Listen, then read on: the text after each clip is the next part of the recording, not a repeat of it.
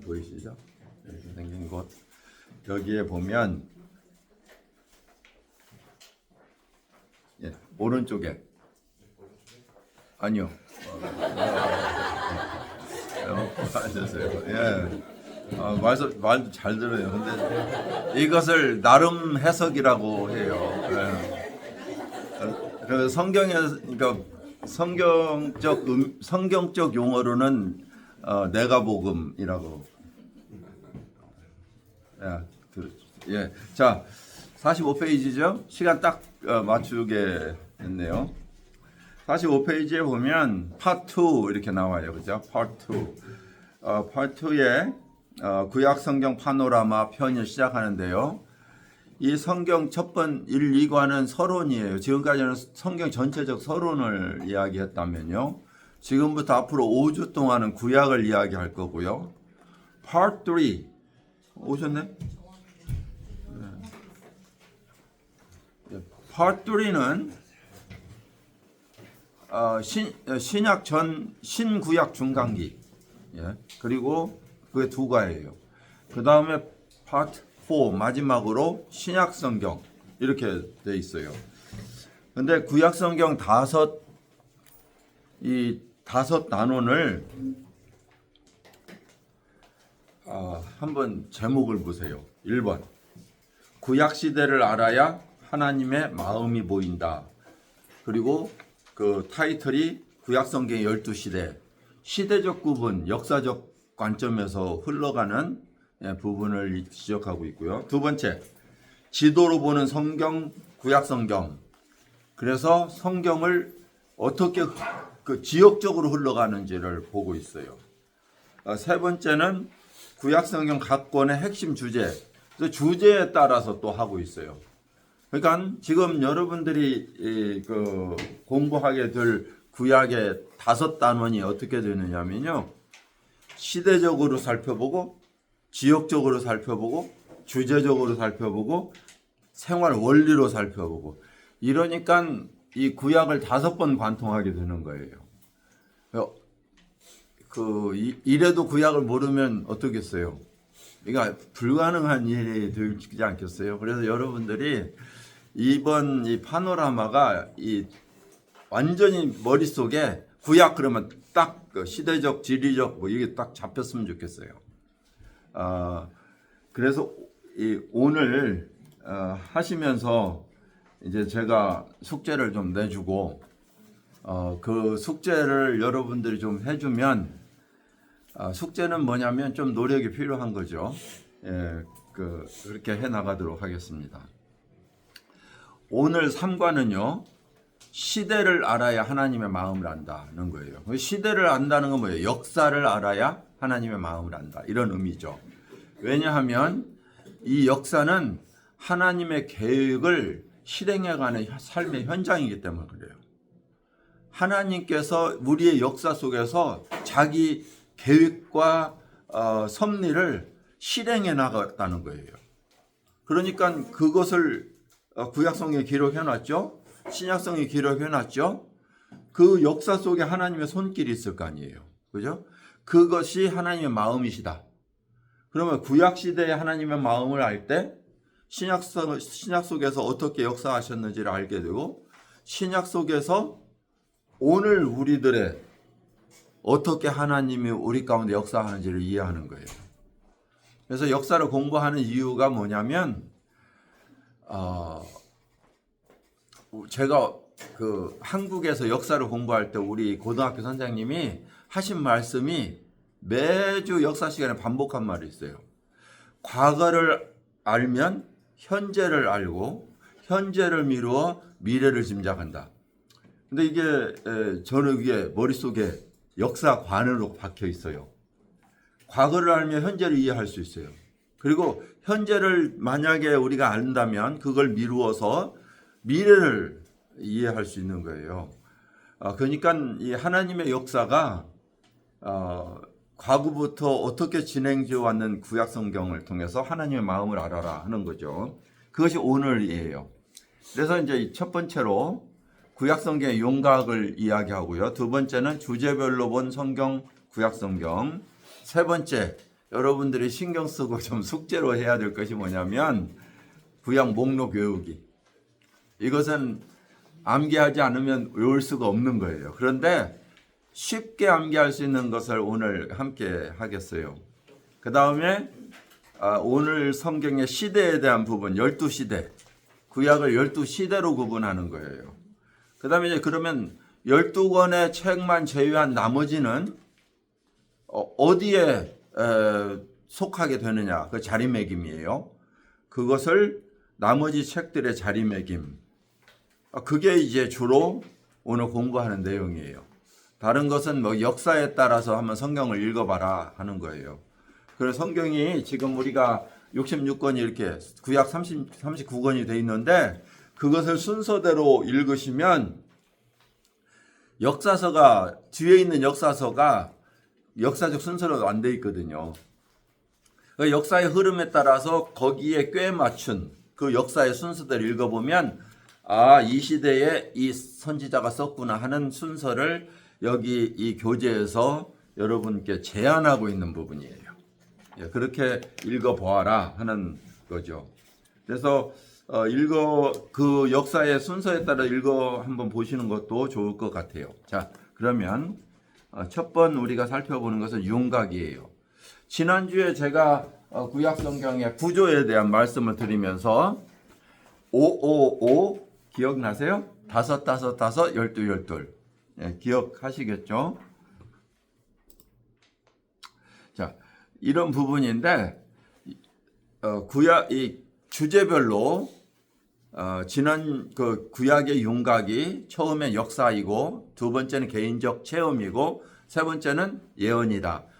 성경의 뚜리 골격 기억하시죠? 세 골격. 신약 성경에도 역사와 체험과 예언으로 되어 있다. 구약 성경에도 역사와 체험과 예언으로 되어 있다. 그죠? 자, 역사는 5권, 12권. 체험은 5권. 예언은 5권, 12권. 기억하세요? 예. 제가 계속 반복하는 이유는 여러분들이 다시 정리하라는 거예요. 그러면서 머릿속에 뼈대를 집어넣으셔야 돼요. 자, 역사의 5권은 모세오경과 그 다음에 역사서 12권. 체험서는 시가 5권. 예언서는 대선지서 5권과 소선지서 12권. 이렇게 뼈대로 되어 있다. 지난 시간에 말씀을 드렸어요. 그런데 이제는 이걸 구체화 시키는 거예요. 이것이 여러분들에게 일종의 순서를 기억하게 할 거예요. 자, 순서. 그래서 역사서는 구약 성경 첫 부분의 순서예요. 첫 번에 모세오경이 나오죠. 창세기, 출애굽기, 레위기, 민수기, 신명기 여기까지. 이것은 암기하기 쉽잖아요.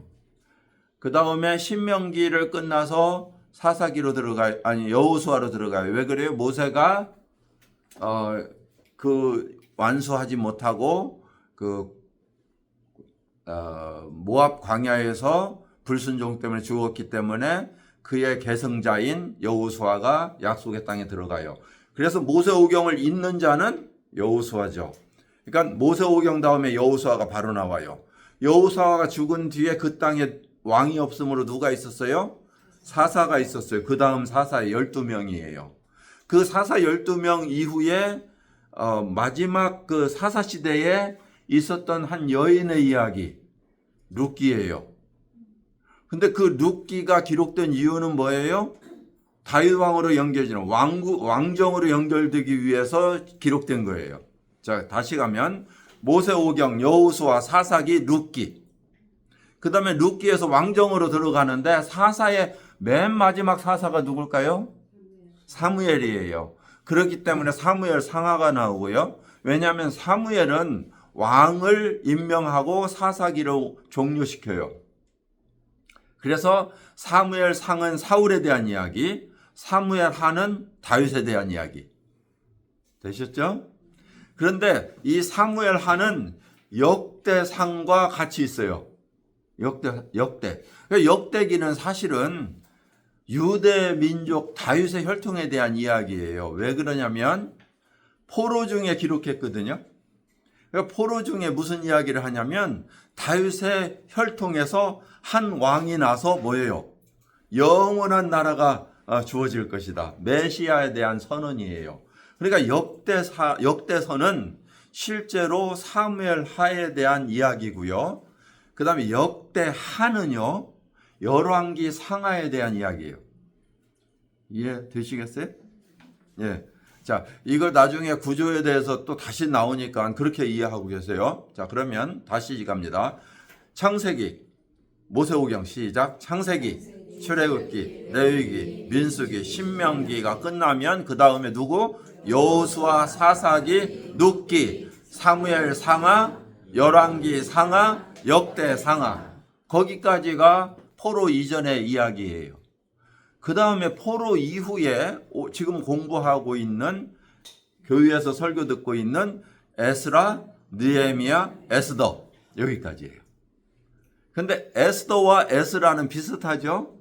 에스더와 에스라의 이야기는 같은 동시대에 있었던 이야기다. 같은 에스더, 에스라 비슷하잖아요. 그러니까 에스라는 여왕의 이야기이기 때문에 뒤로 옮겼지만 사실 에스라는 마치 역대상하처럼 에스라에 포함된다. 이렇게 보시면 돼요. 자, 그리고 난 다음에 체험이 나오죠. 이 체험의 5가지 시편 이야기예요. 시작. 욥기, 시편, 잠언, 전도, 아가서. 예, 이 5책은요. 시대적으로 볼 때 욥기는 인간의 고통에 대한 이야기예요. 이 고통의 이야기는 시작이 언제부터일까요? 창세기부터예요. 그래서 아브라함 시대로 보는데요. 그것이 창세기로 끝났을까요? 오늘까지 이어져가는. 그래서 개인적 체험이다 이렇게 이야기하는 거예요. 그 다음 이야기가 시가서인데요. 이 시가서는 다윗이 주로 기록했어요. 약 75편을 기록했는데요. 그 위에 포로기, 모세 등등의 많은 사람들이 아삽이네, 고라네 뭐 이런 사람들이 기록했기 때문에 그 시편은 예배에 대한 이야기가 나와요. 하나님께 드려지는 찬양과 예배, 기도 이런 게 있어요. 그 다음에 나머지 3편은요. 솔로몬의 다윗의 아들인 솔로몬이 기록했어요. 잠언, 전도, 아가서. 인생에 대한 이야기가 나와요. 인생에 대한 이야기, 결혼 이야기, 살아가야 될 삶의 규범 이야기, 인생이 무엇인지 세계관. 그러니까 그가 죽음을 앞두고 솔로몬이 살아봤더니 이렇더라 하는 자기의 인생관을 전도서에 기록하고 있어요. 그래서 무슨 이야기냐? 우리 모든 사람이 경험하는 이야기다 이거예요. 그래서 이 시가서의 5가지, 체험의 5가지 다시 시작. 욥기, 시편, 잠언, 전도, 아가서 이렇게 이어져요. 역사서 다음에.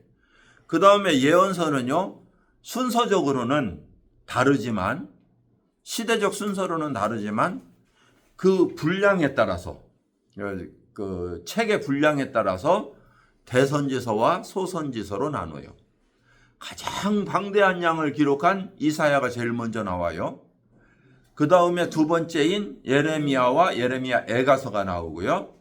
그 다음에 포로로 잡혀간 이후에 기록한 2권 에스겔과 다니엘서가 나와요. 자, 그래서 대선지서 5권 시작. 이사야, 예레미야 애가, 에스겔, 다니엘 이렇게 돼 있어요. 그 다음에 이제 소선지서가 나오는데요. 이 소선지서의 12권 제가 말씀드렸죠. 그런데 여기에서 여러분들이 좀 기억해 주시면 좋을 게 뭐냐면 9 더하기 3 그걸 기억하시면 돼요. 9 더하기 3 구약 성경에 39권이니까 뒤로 생각하면 더 좋겠죠. 9 더하기 3 9는 뭐냐면 포로 이전, 3은 뭐냐면 포로 이후 이렇게 돼 있어요. 포로 이전의 역사서도 9개, 포로 이후의 역사서도 3개. 정말 이 얼마나 대칭적으로 이루어졌는지 볼 수 있죠. 구약 성경이 구약 문학의 특성이에요. 구약 문화는 좌우가 대칭으로 돼 있어요. 그런데 그 문학을 정확하게 이 책으로도 가지고 있는 것을 볼 수 있어요. 이걸 누가 했느냐면요. 유대 학자들이 했어요. 원래 순서가 이렇게 안 돼 있었어요. 구약 처음 성경은. 히브리 성경은 순서가 이렇게 돼 있지 않아요. 보통 역사순으로 돼 있어요. 그런데 이렇게 문학적으로 나눈 것은 누가 나누냐면요. 섭트전이라는 나중에 이집트에서 이 구약 성서학자들이 헬라 말로 번역하면서 나눴어요. 이 순서를. 그러니까 완전히 문학적으로 정확하게 대칭, 좌우 다칭으로 555, 9393 얼마나 명확하게 나눴어요. 예. 예. 뭐 사무엘상하, 예. 상하, 역대상하 이것도 한 권이었어요. 그렇죠. 예. 대칭을 맞추기 위해서 이렇게 나눈 거예요. 아마도 그렇게 되지 않았을까, 문학적으로 나눠지지 않았을까 그렇게 봐요. 자, 그러니까 저희들이 얼마나 이 라직하게 뭐예요? 우리 머릿속으로 이해하기 좋게 이게 돼 있는가 하는 거예요. 자, 그러면 5 선지자 위에 12 선지자가 뒤에 후에 포로 이후의 선지자를 먼저 보면 학개, 스가랴, 말라기. 학개는 성전에 대한 이야기. 학개와 스가랴는 성전에 대한 이야기. 누가 성전에 대해서 이야기했어요? 이 역사서에서는 에스라. 지금 성전에 대한 여러분 설교 지금 한 몇 달째 들었잖아요. 성전에 대한 이야기. 누가요? 에스라가. 그 선지자는 누구? 학개, 스가랴. 됐죠? 매칭되죠? 그 다음에 느헤미야. 성벽, 예루살렘 성벽에 대한 이야기, 재건하라, 성벽. 그것에 대한 이야기가 말라기예요. 말라기. 자, 그렇게 매칭이 되는 거예요. 자, 그리고 소선지에서 순서대로 보면 이건 좀 암기하셔야 돼요. 호세야, 요엘, 아모스, 오바댜, 요나, 미가서, 나훔, 하박국, 스바냐. 이것을 여러분들이 9권은 순서적으로 암기하셔야 돼요. 그래서 제가 이제 목록 암기하는 데에서 노래를 좀 다음 주부터는 일찍 오시면 첫 번에 노래를 시작하고 앞으로 5주 동안 그렇게 노래를 하시면 어때요? 암기되겠죠? 좀 그렇게 해서 암기하시면 좋을 것 같아요. 그렇게 해서 암기를 해도 시간이 지나면 역시 또 잊어버려요. 잊어버리지만 적어도 구약 성경에 소선지서가 있다는 건 알죠. 많은 사람들이요. 나훔 찾으라고 우리 성경 나훔 그러면 뭐라 그래요? 나훔이 성경에 있어? 이래요. 그리고 신약 성경에서 뒤적뒤적 하고 있어요. 무슨 서신서인 것처럼. 그렇게 그 정도로 우리에게 성경적 지식이 없단 말이에요. 그런데 우리가 자, 여기 보시면 49페이지죠. 49페이지. 49페이지에 있는 성경 이 노래는 제가 여기에 올려놓은 성경 노래와 달라요. 달라요. 제가 여기에 올려놓은 것은 제가 어렸을 때 한국에서 불렀던 그 곡을 가지고 여러분들이 참 잘 아는 장세기, 출애굽기, 레위기, 민수기, 신명기, 여호수아, 사사기, 룻기, 사무엘 상하, 열왕기 상하, 역대 상하 이거예요. 근데 이건 좀 틀려요. 그래서 이것을 여러분들이 가지고 노래를 불러보시면 좀 암기하기가 쉽겠다. 예. 그것도 너무 길다고요. 예. 이렇게 또 한자 앞자로. 예. 예. 저기 창출내민 신스럽 삼상아 예. 이렇게. 예. 그렇게 하셨는데 창이 뭐더라? 그러면 뭐 곤란하죠. 예. 하가 뭐지? 합이 뭐예요? 혹시 아세요? 합? 하박국. 예. 한 번만 하시네. 예. 하박국이잖아요. 예, 예. 그래서 비읍이 앞으로 가서 합이 된 거예요. 예. 저렇게 아시는 분만 아시죠? 제가 합 그러면 모르시는 예.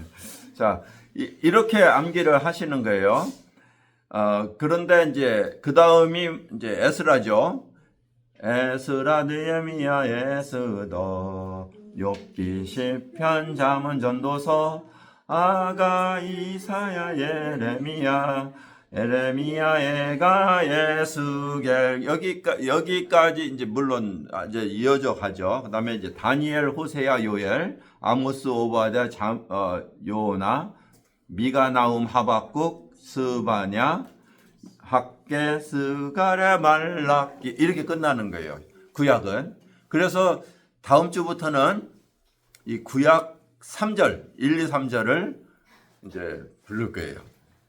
근데 우리 이 성가대잖아요. 대부분이.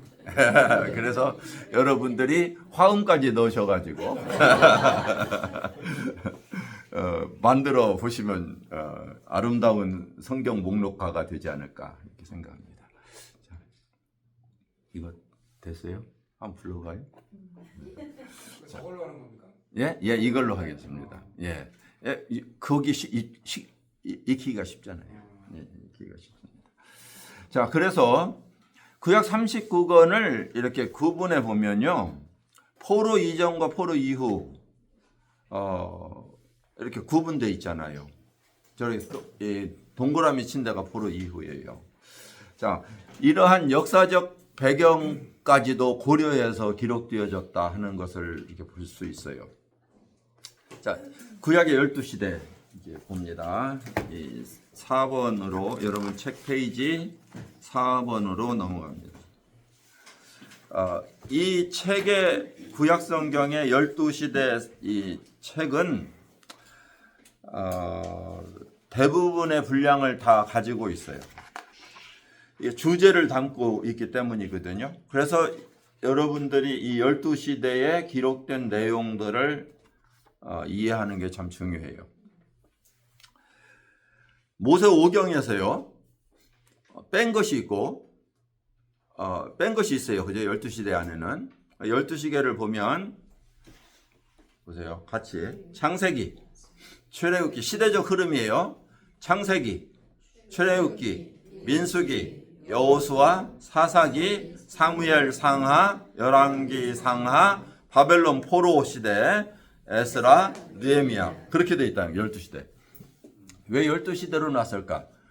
우리가 12사도, 12지파 이렇게 하니까 12이 암기하기가 좋잖아요. 그래서 12로 이렇게 압축시켰어요. 그런데 창세기는요, 모든 것의 기원이에요. 창세기는 모든 것의 시작이라는 뜻이에요. 그래서 제목 자체가 히브리 성경은요, 구약 성경에 기록된 히브리 성경은 제가 언젠가도 말씀드렸어요. 이스라엘 백성들은 제목을 첫자로 한다. 첫자로 한다. 그래서 창세기는 in the beginning이라는 시작으로 되어 있어요. 그래서 영어로는 제네시스, 기원이라는 것, 오리진이라는 제목이고요.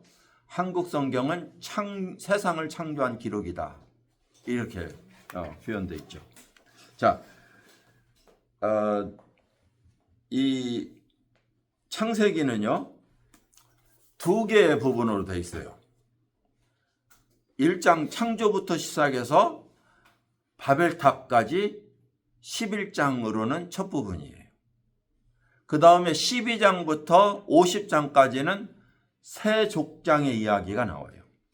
그런데 이 책에서는 첫 11장까지를 세 개의 심판, 세 개의 족장으로 암기하기 좋게 기록해 주었어요. 첫 번째는 하나님께서 에덴 동산에서 쫓아내셨다는 이야기. 그러면 창조와 에덴 동산 실낙원이죠. 그 다음에 두 번째는 노아가 홍수로 멸망하는 이야기. 노아 시대의 홍수. 세 번째 심판은 뭐예요? 바벨탑. 하나님께서 언어를 혼잡케 하시고 흩으신 이야기. 이 세 가지가 모든 인류에게, 심판한 후에 모든 인류에게 인류를 향한 기록이다는 거죠. 11장까지. 그다음 12장에 어떤 일이 일어나냐면 하나님께서 한 족장 누구? 아브라함을 불러내세요. 근데 그 아브라함이 어디에 살고 있었냐면 갈대아 우르라고 하는 곳에 살고 있어요. 갈대아는 바벨론 지역이에요. 그리고요, 그 시날 평야라고 하는 그곳에는 바벨탑이 있었던 그곳은 우리가 추측건데 에덴 동산이 있었던 동산 그 장소예요. 왜냐하면 유브라데 강과 티그리스 강이 만나는 아주 아름다운 낙원이 될 수 있는 가능성이 있었던 곳이었기 때문이라. 자, 그러나 그 장소는 잘 몰라요. 아브라함이 그 갈대아 우르에서 살았는데 그곳에서 우상을 섬기는 우상을 만드는 집의 아들로 태어나 살았어요. 왜냐하면 우르라고 하는 곳은 항구 도시였거든요. 항구 도시는 무역이 활발했고요. 특별히 바람과 그 풍랑을 위협받았던 이 항구 도시에는 우상이 있을 수밖에 없고요. 그 선원들에게 그 팔고 가족들에게 팔아 수익을 남기는 그런 부유한 풍요로운 삶을 살 수 있었던 도시예요. 근데 그곳에서 하나님께서 그를 불러내세요. 왜 불러냈느냐? 기록하고는 있지는 않아요. 하나님께서 아브라함의 마음을 알아셨을 수도 있어요. 그것이 인생의 만족이 아니라고 생각했을 수도 있어요. 그 아브라함 하나님이 나타났을 때 아브라함은 모든 걸 버리고 떠났잖아요. 믿음으로 갔어요. 갈 바를 알지 못하고 갔다 그래요. 내가 지시할 땅으로 가라. 그 소리에 그냥 무작정 떠났어요. 그런데 그 아브라함이 떠난 그 과정을 이제 나중에 성경에서 이제 성경 공부가 아니고 구조적인 거기 때문에 다 이야기할 수는 없어요. 아브라함이 가나안 땅에 들어와 아들을 낳았는데 이스마엘과 이삭을 낳았다. 그리고 하나님이 약속하신 이삭에 의해서 하나님은 대를 또 이어가시는데 쌍둥이가 나왔는데 에서와 야곱이 나왔다. 근데 하나님께서는 야곱을 선택하셔서 그 야곱의 후손인 12명이 결국 아브라함에게 약속하신 타국의 객이 되게 된다.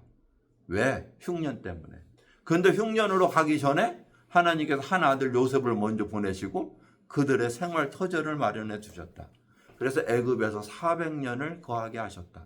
이 이야기가 창세기에 기록되어 있어요. 그런데 400년이 흐르는 동안에 뭐예요? 요셉을 알지 못하는 왕이 난 거예요. 그게 무슨 말이냐면 애굽의 왕조가 바뀌었어요.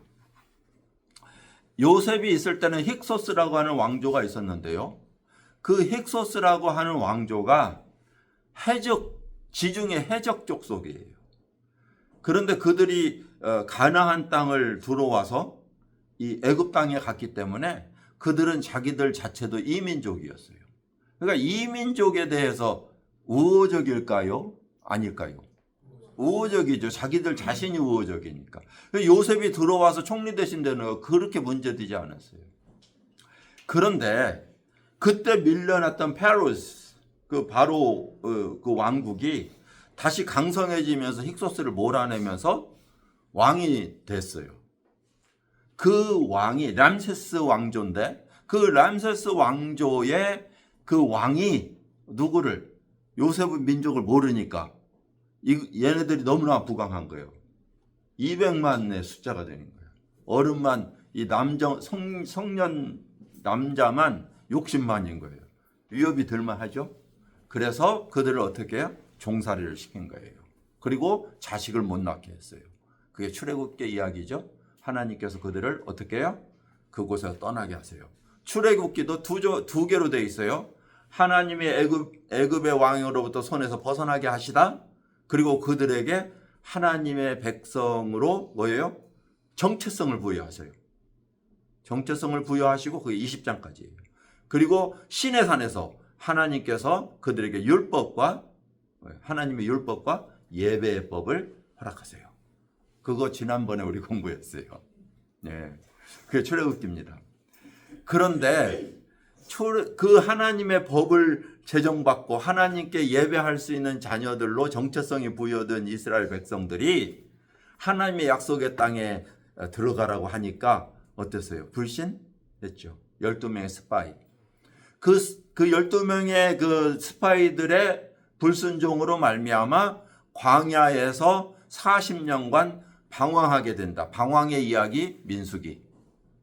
그래서 민수기에서 어떤 일이 일어나냐면요. 다 죽어요. 출애굽한 모든 민족이 다 죽어요. 그리고 어디에서 태어난다? 광야에서 태어난 민족. 광야에서 다시 태어난 족속은 이스라엘 백성은 출애굽을 경험했어요? 안 했어요? 율법을 경험했어요? 안 했어요? 그렇기 때문에 그들을 다시 인구조사하고 그래서 민수기예요. 숫자를 다시 헤아리다. 그리고 그들에게 하나님의 명령을 재확인시키는 것이 신명기. 신명기예요. 자, 그래서 모세오경이 됐죠. 창세기, 출애굽기, 민수기. 그리고 레위기는 출애굽기에, 신명기는 민수기에 들어가는 거예요. 이해되시죠? 자, 역사의 흐름, 창세기와 출애굽기와 거기에 그 레위기, 하나님이 제사하는 예배하는 방법, 그 다음에 불순종으로 방황하는 이스라엘 백성들에게 하나님께 새롭게 법을 제정하시다. 신명기. 이 신명기라는 뜻은 뭐냐면요, 드러나눔이 다시 명령하시다, 그런 뜻이에요. 신이라고 하는 뜻이 하나님의 명령이란 게 주어질 신자예요. 주어질 신자. 예. 그러니까 신명기가 하나님의 명령이라는 뜻이 아니라 명령을 주다, 그런 뜻이에요. 다시 주시는 뜻이에요. 자 그러면 이제 모세의 불순종으로 모세는 느보산에서 생을 마감하고요. 거기까지가 신명기의 이야기고요. 그 다음에 누구한테 그 바톤을 이어줘요? 여호수아. 근데 그 여호수아라는 이름은 호세아였어요. 이름이 호세아. 근데 이제 그 여호수아로 같은 그 아람어로 번역이 이거 발음을 하면요, 다시 호세아 여호수아라는 이름은 예수라는 뜻이에요. 같은 말이에요. 그러니까 여호수아는 실제로 이스라엘 백성을 구원하는 구원자의 역할을 하게 되는 거예요. 약속의 땅 가나안 땅으로 그들을 인도해요. 자, 약속의 땅에 들어가서 무엇을 해요? 전쟁하잖아요. 정복전쟁. 그것이 여호수아고요. 51페이지죠. 그 다음에 여호수아가 죽을 때 무슨 이야기를 하냐면, 이스라엘 장로들을 다 불러다가 하나님께서 이렇게 우리에게 역사하셔서 이 젖과 꿀이 흐르는 이 땅을 허락해 주셨도다 말씀하죠. 그리고 난 뒤에 뭐라고 이야기하면, 너희와 너희 자손들이 생각해라. 이 땅에 수많은 그 이방신이 있는데 그들의 우상을 섬길 것이냐, 아니면 우리 조상을 그 애굽의 그 종살이에서 강한 손으로 이끌어내 주신 우리 하나님 아브라함, 우리 조상의 하나님 여호와를 섬길 것이냐, 나와 내 집은 뭐라고? 오직 여호와만 섬기겠노라 라고 선포를 하죠. 그죠? 그 선포한 그 말씀 속에서 이스라엘 백성들이 뭐라고 이야기해요? 우리도 그렇게 하겠나이다 라고 믿음의 결단을 하죠. 그리고 사사시대가 시작해요. 그런데 그 땅에 왕이 없으므로 그들이 방자히 행했다라는 거예요. 그래서 사사기의 12번의 반복, 불순종, 하나님이 그들에게 재난을 내리심에 그들이 하나님께 부르짖어 하나님께서 사사를 보내서 회복하시니 그들에게 하나님께 돌아왔더라. 이것의 반복이 서킷. 불순종, 하나님이 징계, 그 다음에 그 간구, 사사에 하나님이 사사를 보내심, 구원, 그리고 회복. 자, 이 서클이 계속 400년간 진행되었어요. 근데 마지막 사사인 사무엘, 그 사무엘 시대에 와서 이제 어떻게 되냐면요. 여기 봅시다. 마지막 시대인 사무엘 51페이지죠. 백성들이 400년이 지나다 보니까 그 주위의 민족들이 더 잘 사는 거예요. 주위의 민족들이 더 잘 사. 자기 보기에. 그리고 자기 신을 쉽게 만나. 근데 자기들이 섬기는 하나님은 보이지도 않아요. 무슨 깜깜한 곳에 계시다고 하는데 자기들 직접 가서 볼 수도 없고 제사장들이나 들어갈 수 있고. 그러니까 그리고 예루살렘 그때 그 당시에는 그 길갈에 있었는데요.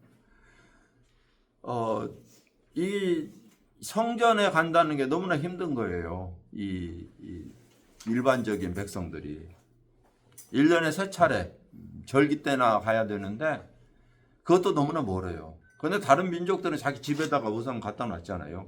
얼마나 좋아요. 그리고 그 우상이 작아가지고 포켓에다 넣어 갖고 다니는 사람도 있고요. 자기 짐에다 넣어 갖고 다니는 사람도 있어요. 뭐 손가락 많은 것도 있으니까 우상이. 쉽게 말하면 부적이에요, 부적. 그러니까 뭐 쉽게 어디든지 데리고 가서 자기 보호해 준다고 딱 넣고 일하고 또 데리고 오고 말이죠. 이렇게 했던 그 시대에 자기 하나님은 안 보이는 거예요. 안 보여요. 아파. 그런데 다른 사람들은 딱 내놓고 낫게 해달라는데 자기들은 그런 신이 없어요. 이러니까 이들에게 무슨 말을 하냐면 우리도 그런 신을 좀 가졌으면 좋겠다는 거죠. 그리고 보니까 전쟁에 나가면요. 손쉽게 그 왕이 일사불란하게 탁 그 군인을 모집해서 전쟁에 나가. 우리도 왕이 있어야 되겠다는 거죠. 그러한 그 요구가 이제 왕을 선출하게 돼요. 근데 그 왕을 선출할 때 그들이 요구하고 바랬던 건 뭐냐면 우리들 중에 뛰어난 자여야 된다. 빼어난 자여야 된다였어요. 그래서 자기들보다 키가 머리 하나가 더 있는 그리고 아주 아름다운 잘생긴 사울을 선택하는 거예요. 사울을. 용모가 뛰어났어요. 그리고 키가 다른 사람보다 머리가 하나 더 있었으니 얼마나 왕감이죠. 그렇죠? 자, 그런데 그 왕은요. 인간을 만족시키기에 바빴어요. 왜 그런지 알아요?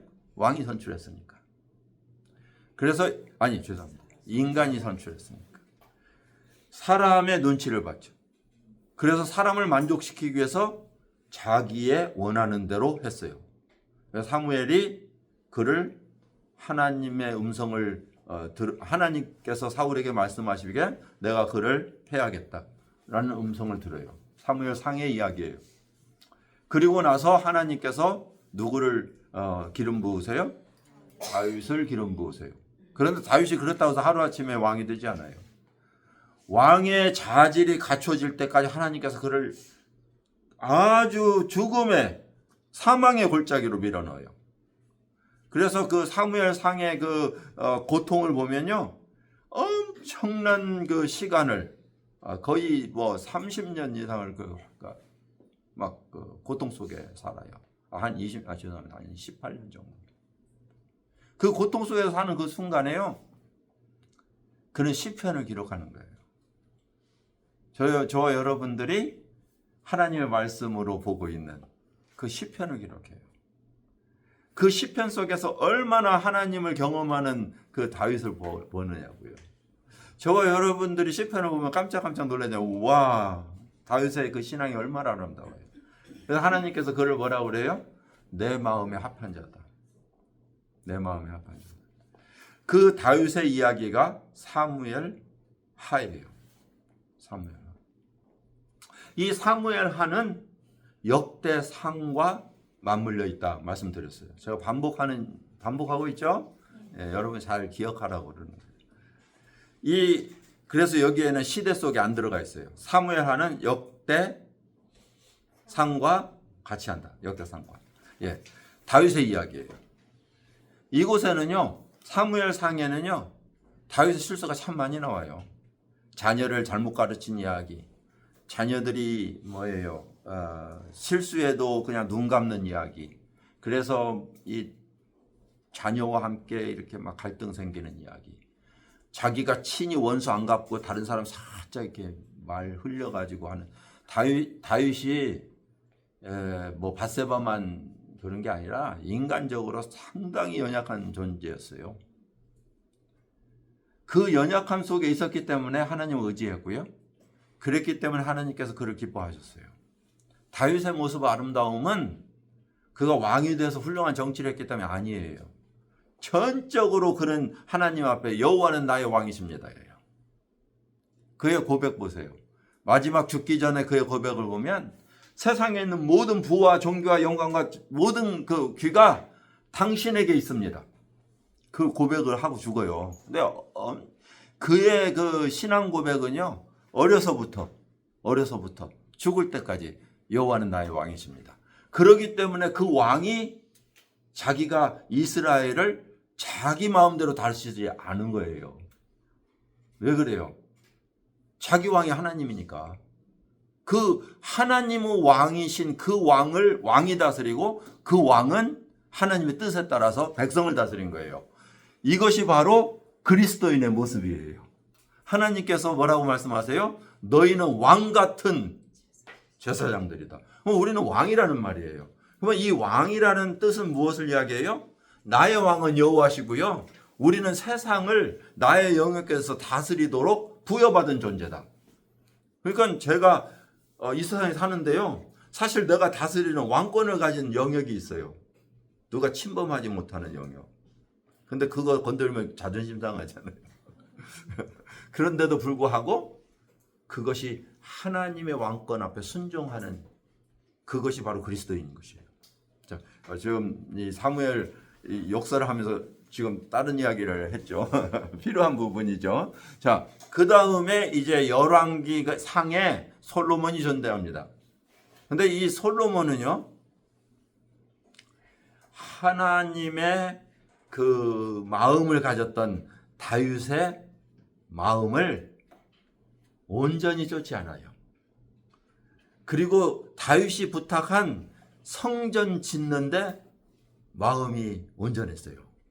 그 첫 생애 속에서는 아버지를 존경하는 마음과 아버지의 신앙에 대한 그 배움이 있었기 때문에 변하지 않았어요. 그런데 그가 하나님으로부터 부여받은 지혜. 굉장히 하나님께 기뻐하셨죠. 왜냐하면 부와 귀를 구하지 아니하고 숫자를 구하지 아니하고 네가 지혜를 구했다. 내 백성을 다스리기 위해서. 그러면 내 백성을 다스리기 위해서 지혜를 구했으면 그 지혜가 하나님께로 왔고 지속적으로 하나님 앞에 지혜를 구했어야 되는데 그 부여받은 지혜로 무엇을 했느냐면 정략적 삶을 사는 거예요. 자기 지혜로. 그래서 우리나라가 평안하기 위해서는 이런 정책이 필요하고 그래서 다른 나라의 왕권들과 결탁해서 결혼해서 정략 결혼을 통해서 우리나라를 부강하게 하고 굉장히 중요하죠. 그죠? 토지 제도를 개편하고 그래서 자기의 땅을 그게 했고 또 군제를 편제하고 그래서 자기 그 나라의 그 국방력을 든든히 하고 지혜로운 자의 일이죠. 현대 사회에서 굉장히 지혜로운 일이죠. 그죠? 그럼에도 불구하고 그는 그러한 많은 정책 속에서 이방 백성들이 하고 있는 영적인 것들을 흡수하기 시작했어요. 특별히 그 1000명의 아내들을 통해서 이방의 그 1000개의 우상들이 들어와 그들을 위해서 방 하나씩 만들어졌는데 그것이 예배처소가 됐어요. 이방 신의 예배처소. 그런데 이스라엘이 멸망하는 그 순간까지 그것이 사라지지 않았어요. 솔로몬이 멸망하는 그날까지. 에스겔이 환상 속에서 본 거예요. 얼마나 가증스러운 것이 성전에서 행해졌는지를 보았어요. 왜냐하면 성전에 붙어 있는 그의 외곽 그 후궁들의 그 장막에서 제사장들까지 포함해서 하나님 아닌 다른 신을 섬겼는가를 보여주는 슬픈 현실이에요. 그로 인해서 하나님은 나라를 둘로 나누세요. 북방나라와 남방나라. 북방나라는 이스라엘이라고 부르고요. 그래서 우리가 오늘날 이스라엘이라고 부르는 이것은 10개의 이스라엘 지파들이 다스렸던 나라. 그래서 이스라엘. 대부분의 민족들이 있고요. 그 다음에 남방은요. 유다 지파를 주로 한 두 지파예요. 그래서 이 유다 지파를 주로 한 나라. 그래서 유다라고 불러요. 유다와 뭐예요? 이스라엘. 그런데 북방은 한국 대한민국 사람은 참 이해하기 쉬워요. 북방 나라는 평양이 수도인 북한이 수도인 것처럼 사마리아가 수도. 남한은 서울이 수도인 것처럼 유다는 예루살렘이 수도. 이래요. 근데 예루살렘에 뭐가 있어요? 왕궁이 있단 말이에요. 그리고 성전이 있어요. 그러면 그 성전에 1년에 3차례씩 사람들이 모여야 되겠죠? 6월절, 오순절, 초막절. 이때에 내려와야 되기 때문에 이스라엘 백성들이 다 내려왔어요. 이스라엘 누구예요? 북방왕국. 북방왕국 사람들이 남으로 내려가니까 북방왕이 가만히 보니까 자기 민족들이 마음이 뺏겨요. 왜? 마음은 어디에 있어요? 신에게 있잖아요. 그러니까 왕보다 신은 위에 있잖아요. 그러니까 큰일 났네. 얘네들이 자꾸 왔다 갔다 하면서 어때요? 우리 하나님 같은데 왜 이런 마음이 뺏기는 거예요. 그래서 사마리아가 이제 그 베델과 단에 그 이스라엘 땅 베델과 단 두 곳에 무엇을 세우냐면 신전을 세워요. 그걸 산당이라고 불러요. 이 산당을 세우는데요. 이 산당에 송아지 신을 세우는 거예요. 이 송아지 신이 어디서 시작됐어요? 출애굽에서 시작됐어요. 이 송아지 신은요. 우리를 애굽에서 구속한 하나님이시다. 여호와시다. 가짜 여호와 만들었죠. 송아지로. 두 번째는 레위 사람이 아닌 제사장을 세워요. 레위 사람이 아닌 제사장을 세워요. 그리고 세 번째는 예루살렘이 아닌 성막이 아닌 산당을 세워요. 이 완전히 이 신앙적 배교가 북방왕국에서 일어난 거예요. 자, 정리해야 되는데요. 그래서 북방왕국은요, 결국 한 명도 19명 왕이 한 명도 하나님을 섬기지 않았고요. 그래서 결국은 아수리아에 의해서 북쪽에 있는 아수리아에서 다 흩어버려요. 다 흩어버려요.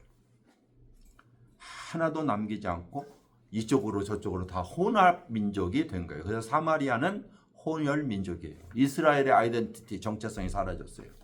그런데 남방 왕국은요, 좋은 왕과 나쁜 왕이 섞여 있어요. 이것도 나중에 살펴보겠죠. 그리고 바벨론으로 포로로 잡혀가는데요. 이 바벨론의 포로로 잡혀간 후에 70년 후에 돌아오게 돼요. 그리고 나서 기록된 역사가 에스라와 느헤미야라는 사실이에요. 여기까지가 주제별 이야기예요.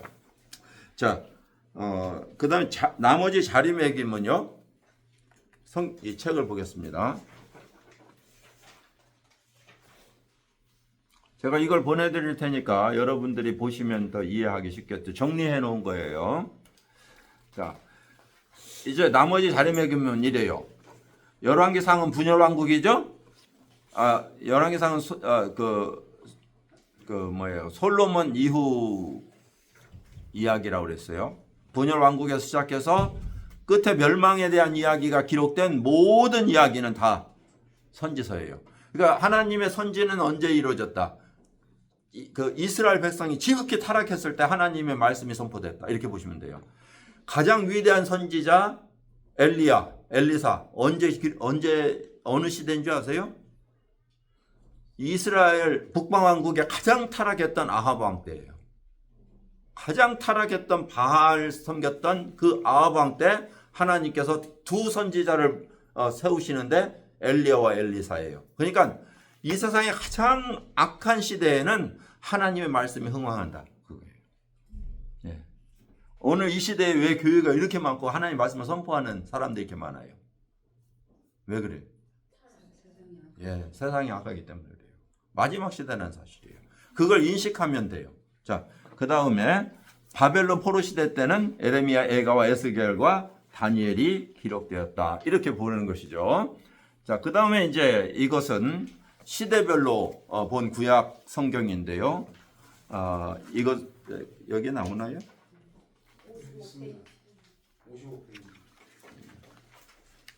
55페이지 조금 다르죠.